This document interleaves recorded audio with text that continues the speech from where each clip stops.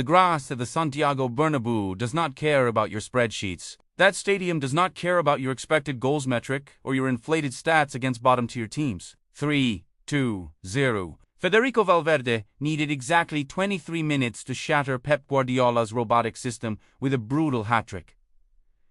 And where was the Norwegian cyborg? Where was the ultimate weapon of the modern era? He was a ghost, a phantom wandering aimlessly around the pitch. Getting subbed off in the 83rd minute for Omar Marmoush in a do-or-die game is the ultimate proof. The spreadsheet generation is in absolute panic right now. The laboratory football short-circuited completely against the sheer weight and mystique of European royalty. You want to talk about real greatness? You want to talk about what it means to never flinch when the entire world is watching? Let us travel back in time. Munich, 2012. Didier Drogba did not need a system perfectly tailored to feed him topping. He was a system. He did not hide when chaos ensued. He embraced the war and devoured his enemies alive. Today on the Football Legend Meter, we are putting the British media's absolute darling, Erling Haaland, face-to-face with the king of finals. 10 ruthless categories. No mercy, no possession-based excuses, just the brutal truth. Category 1. First touch under pressure. The modern fan loves staring at a screen looking for green numbers, but completely closes their eyes to what actually happens on the pitch. Erling Haaland needs the ball to arrive in perfectly spherical condition. He needs his team to chew up the opposing defense until they are exhausted. When Real Madrid pushed their lines up and started biting at the heels of the Manchester City striker, what happened? The ball bounced off the Norwegian's shins like a miscalibrated trampoline. He simply cannot hold up a ball with his back to the goal when he is being suffocated by elite defenders. Now look at Didier Drogba. Drop a brick from the sky, throw the ball into a crowd of 3 center-backs trying to rip his shirt off. The Ivorian would trap it on his chest with the arrogance of an emperor, spin his defender, and create space where absolutely none existed. He was a reinforced concrete wall with a velvet touch.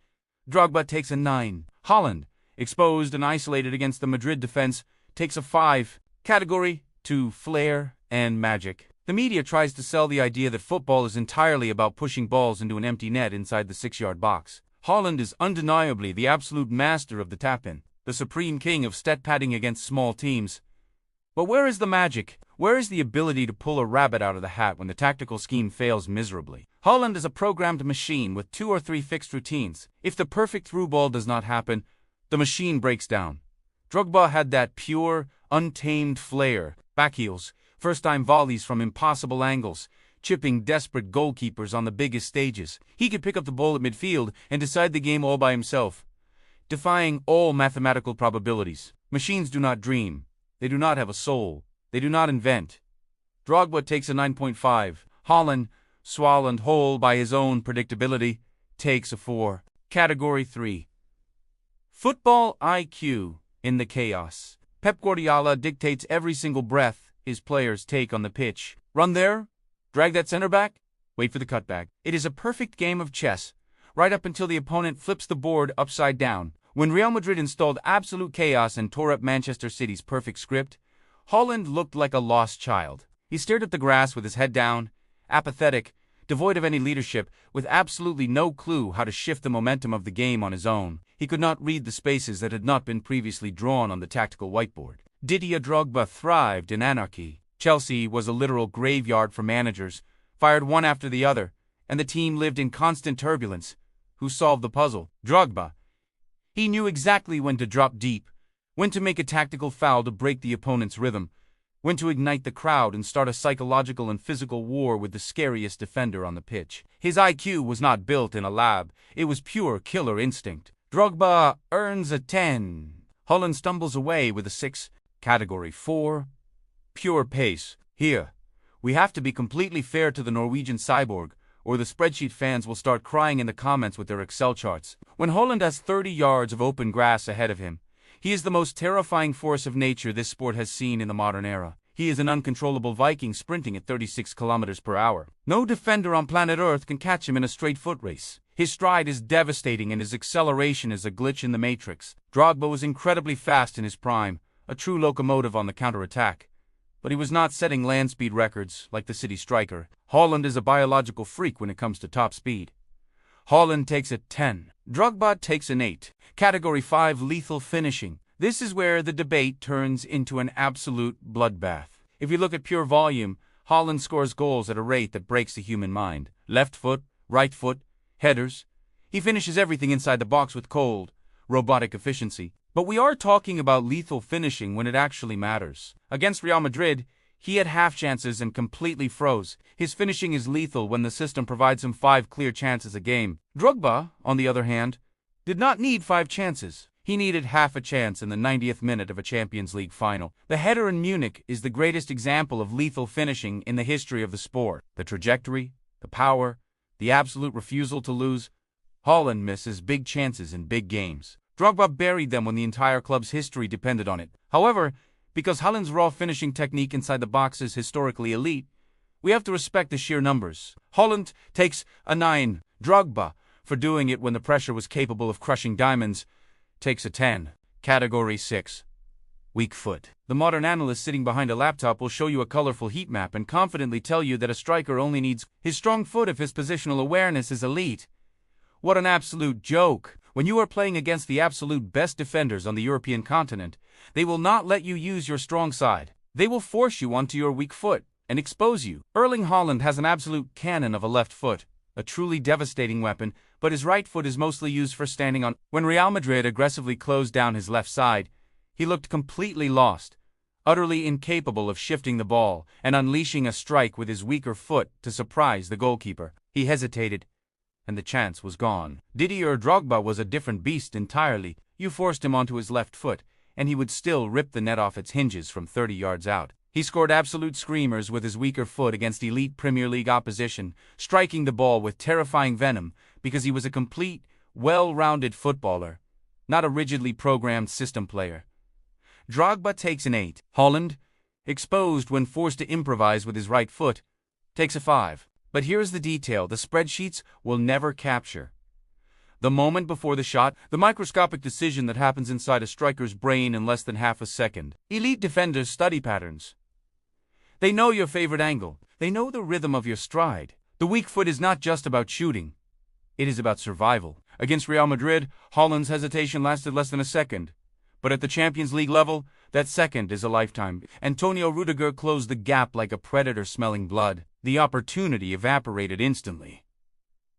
Drogba lived for that chaos. His weaker foot was not a liability. It was a weapon hidden in plain sight. Defenders forced him one direction, thinking they had solved the puzzle. Then, the explosion came. A thunderbolt off the wrong foot, ripping through the air before the goalkeeper could even set his stance. That unpredictability turned weak situations into lethal moments. That is the difference between a striker who executes a system and a striker who destroys systems. Category 7.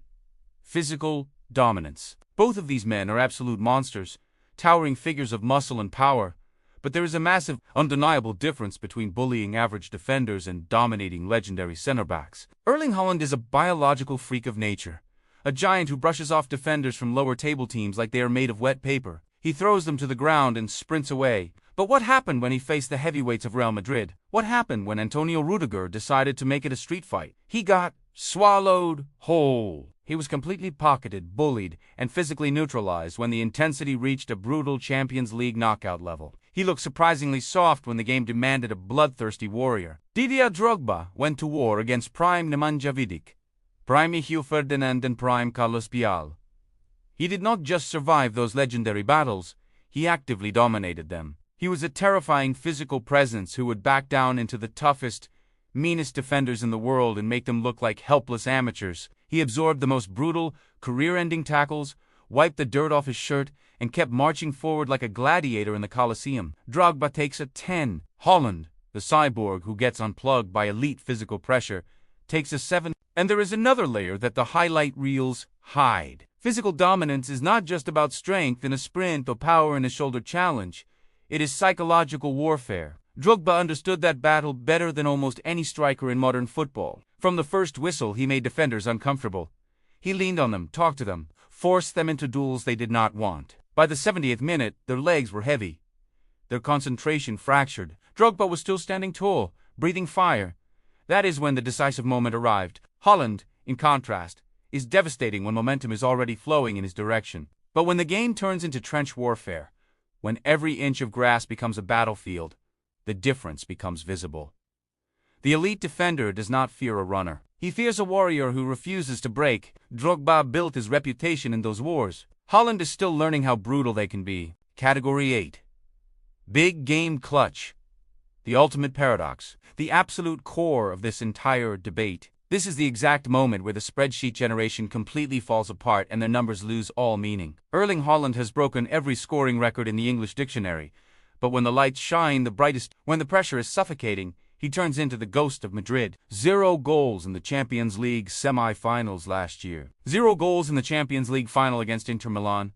0 impact when Manchester City was desperately begging for a savior on the pitch. He is a flat-track bully who heavily pads his statistics when the game is already comfortably won by Guardiola's brilliant midfield. Didier Drogba, on the other hand, is the undisputed, unrivaled king of finals. 10 goals in 10 cup finals. When Chelsea was completely down and out, when the entire world had written them off against Bayern Munich in their own stadium, with the German fans screaming in their faces, who stepped up? Drogba delivered the most clutch, gravity-defying header in the history of the sport, and then buried the winning penalty with absolute ice in his veins. He did not need a system to hold his hand. He was the ultimate big-game executioner.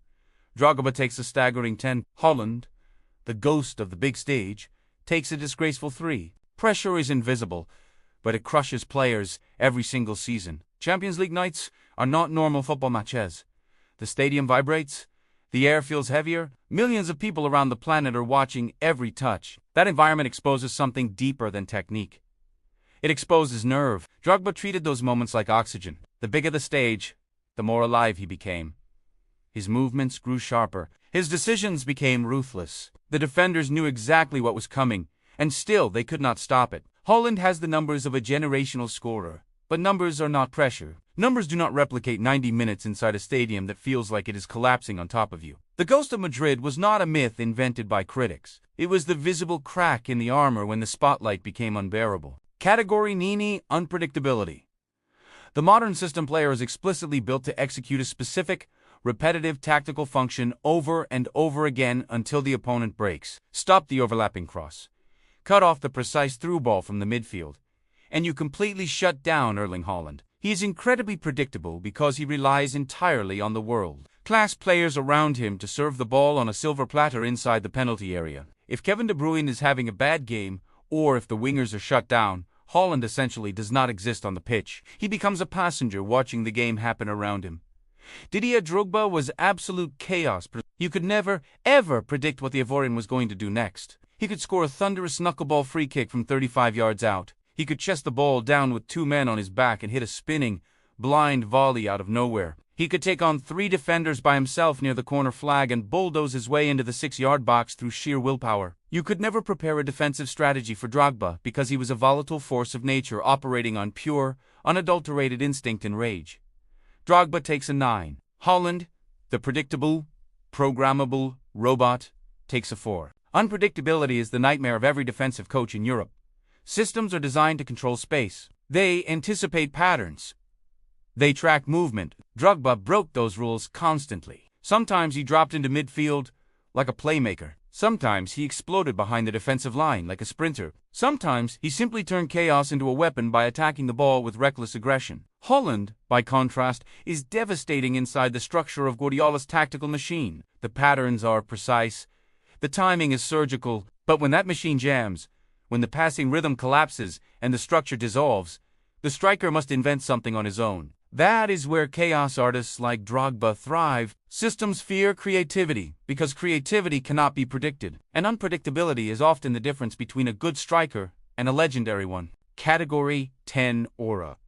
The final nail in the coffin for the modern era of football. Aura cannot be measured in expected goals, pass completion rates, or distances covered. Aura is that invisible weight, that terrifying presence that makes elite defenders sweat profusely before the referee even blows the starting whistle. When Erling Haaland is losing, he drops his head, his shoulders violently slump, and he looks exactly like a frustrated kid who just had his favorite toy taken away. He walked off the pitch and got subbed off in the 83rd minute against Madrid without putting up a fight. Didier Drogba was a terrifying warlord. His mere presence on the pitch struck absolute paralyzing fear into the hearts of European giants. When he looked around the stadium with those intense eyes, you knew something historical, something violent was about to happen. He carried the heavy weight of an entire club, an entire city, and an entire nation on his broad shoulders, and he did it with the breathtaking arrogance and supreme power of a true king. The Champions League trophy has his name engraved in blood, sweat, and pure, unfiltered aura. Drogba takes a perfect 10. Haaland takes a 4. Aura is the final element that separates great players from immortal ones. It is the emotional gravity that pulls the entire match toward a single individual. Drogba walked onto the pitch like a man carrying destiny on his back. Every defender felt it. Every goalkeeper sensed it.